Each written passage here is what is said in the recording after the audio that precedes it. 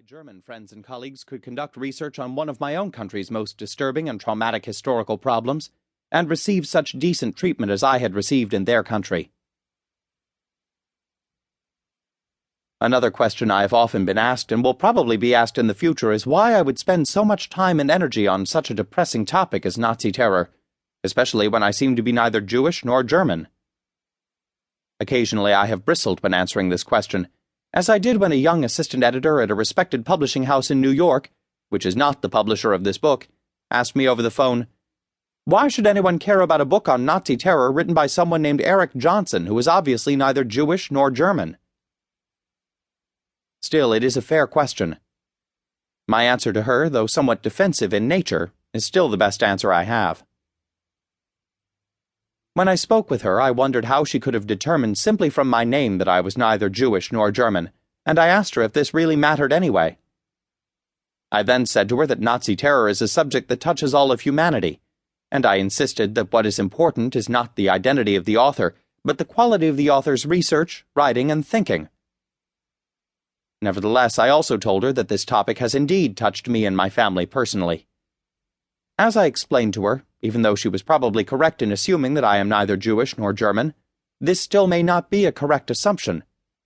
Although I was raised in a more or less average New England Protestant family, I found out a few years ago, while reading through assorted letters and other material stuffed into an old family Bible, that my father's mother had been brought up by a woman named Schnitzler, who was her maternal grandmother. Therefore, this may mean that I am in part either Jewish or German or both.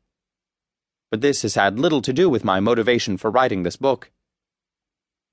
In some ways, I have been plagued by this subject my entire life, and some of the earliest dreams I remember from my childhood in the 1950s involved my trying to escape from a Nazi prison or concentration camp. I do not know why I had these dreams, but I do know that my father was an American pilot of a P-38 fighter bomber in the Second World War who was shot down in the fall of 1944 on his way back to his base in southern Italy from one of his missions. When his parachute landed, he was quickly taken prisoner by the local militia and brought to a jail in a small town not far from the Austrian city of Salzburg. My father never told me much about what happened to him after that time, even though I asked him about it on several occasions.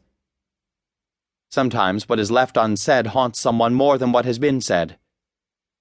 It is clear, however, that it was always a painful subject for him, and for some unknown reason he felt a terrible sense of guilt about it.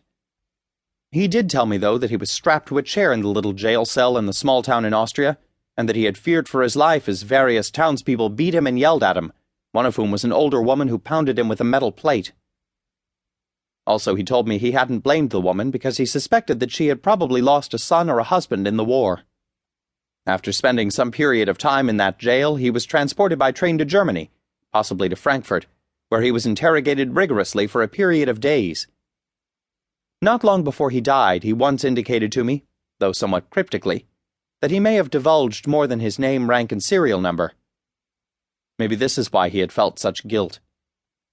After his interrogation, he was sent to a prisoner of war camp called Stalag Luft 1 on the Baltic Sea between Rostock and Stralsund, where he remained until he was liberated by the Russian army in May 1945. My mother has told me that when he returned home, he was a changed man.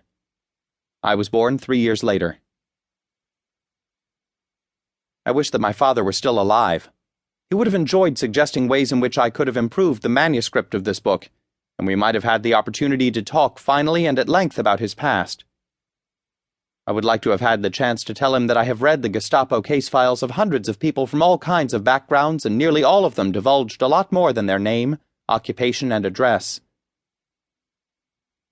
Even though I cannot talk with my father any longer, I still want to thank him for guiding me in the path I have taken in my life.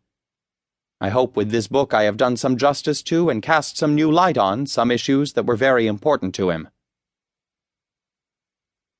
There are many more people and some institutions as well that I want to thank. At the top of my list are two women, Christiane Weber and Anna Perez Belmonte, who were my research assistants in Germany for several years and who have continued to help me in the years I have spent writing this book elsewhere. In many ways, they have been my eyes and ears and sometimes brain.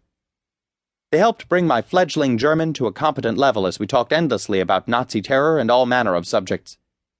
They helped me understand the Gestapo records. They helped me conduct interviews with perpetrators, victims, and bystanders.